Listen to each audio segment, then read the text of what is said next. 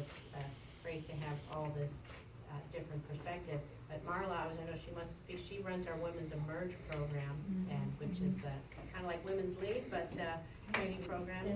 Isn't Good Women emerging? Oh, yes. Absolutely. We have 10 women on the ballot this year, so very happy about that.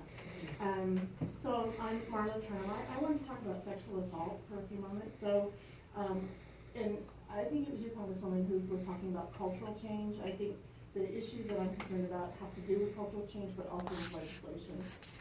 And it's about how we treat our victims. Right. You know, women are still treated like she asked for it, she wore the wrong clothes, she put her drink down and left it unattended, shame on her. You know, those kinds of things. 2 days ago, we had the incident here where a tourist was in one of our pools, our hotel pools, and she was groped in the pool, and when she fought back, she was dragged out in handcuffs for fighting back. And now she's banned from that property because she fought back. So I'd like to see something about where, you know, we require some type of cultural sensitivity with our police officers, with our law enforcement, but also that we, and I don't know what it'll take, some type of cultural shift to say it's not okay to treat rape victims like they were the perpetrator or the one who asked for it. You know, where we see a big problem is on the college campuses. Yeah. Which is, I mean, the statistics are horrifying, which is, I mean, so I don't know what they say, 1 in 5, it's a crazy. It is 1 in 5. So that's where, again, a part of it is just bringing attention and talking about it. And we've had laws, I don't know if in Nevada, but in Florida, we had a backload of the rape test. Rape kits, did you have that here? Sure did. Where they did. I mean, that's someplace where we've tried to fund them, state legislatures.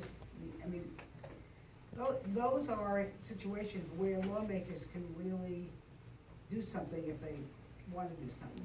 And there is legislation that addresses campus sexual assault. And some people that Debbie and Lois and I are very close to, we actually did what we call special order hour, where we stood on the House floor and talked about really some personal experiences associated with campus sexual assault.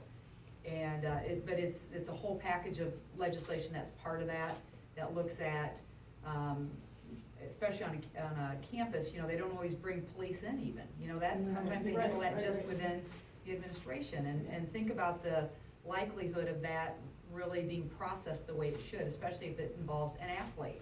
You know, this is where we have a lot of problems. They try to protect the institution rather than the individuals. Well, that's the same with the military though, too, right? Because I was in the military for 12 years, and I know a lot of the things I experienced in my first basic training. This is the truth. I shouldn't qualify for saying that. There was a drill sergeant in the unit next to mine who got for whatever. I'm trying to remember everything now. This terms I've been out long enough. That drill sergeant impregnated 5. Oh. I don't know. I got a bill right on that. Oh, well, I'm gonna tell you something. 5. Okay. He gets demoted in rank 1, demotion in rank. For each one? But he still got to stay in the military. He abused his authority and his position. Even if they consented, they're 18 years old and he's their superior. This is their first time away from home. He has ultimate authority over these troops. So there is no excuse and no way you can say that she consented. There were 5 of them. He's married now with kids. Oh my. Is he still in the military? They allowed him to stay in the military. They reduced him in rank by 1 rank, and he still got to stay in the military. But those are the things that you hear about. Okay, well, I'm gonna tell you, I had a constituent who came to me, very similar circumstance. She was a cadet in the Coast Guard. And the officer that was in charge of orienting them had a pattern of sexually harassing the young women, and then he forced one of them, not with a gun or drugs or anything, he ordered her to have sex with him. They took it to prosecutors within the Coast Guard, and he got him, they had to charge him with, adultery and abuse of power. I mean, he got 1 year in the break and then he was discharged. But here's the good news, that's the bad news. The good news is, she took her story to me, and I actually passed an amendment to the, defense authorization. This was about 2 years ago. I passed an amendment requiring the military to revisit the definition of sexual assault. This is, I cannot believe the bureaucracy of the government. They actually put a panel together. The head of the panel is a woman by the name of Elizabeth Holtzman. Does that name ring a bell? She Yes. was in Congress. She was a prosecutor out of Brooklyn.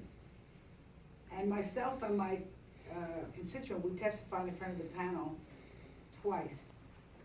They came back this year with a recommendation that the law be changed so that there's in addition to the definition of sexual assault, which includes abuse of authority. We thought, well, it's a no-brainer, we're gonna get that in, so let me tell you where we are on that. We're in what's called a conference committee on this bill, on the authorization bill, which authorizes all the military stuff. And you'll like this, there is a provision now, there's two provisions. One in one bill is the provision that I have, but we also have a provision, this was Jacky Spear, did this with me. It's in those situations where there is, where you come in and you have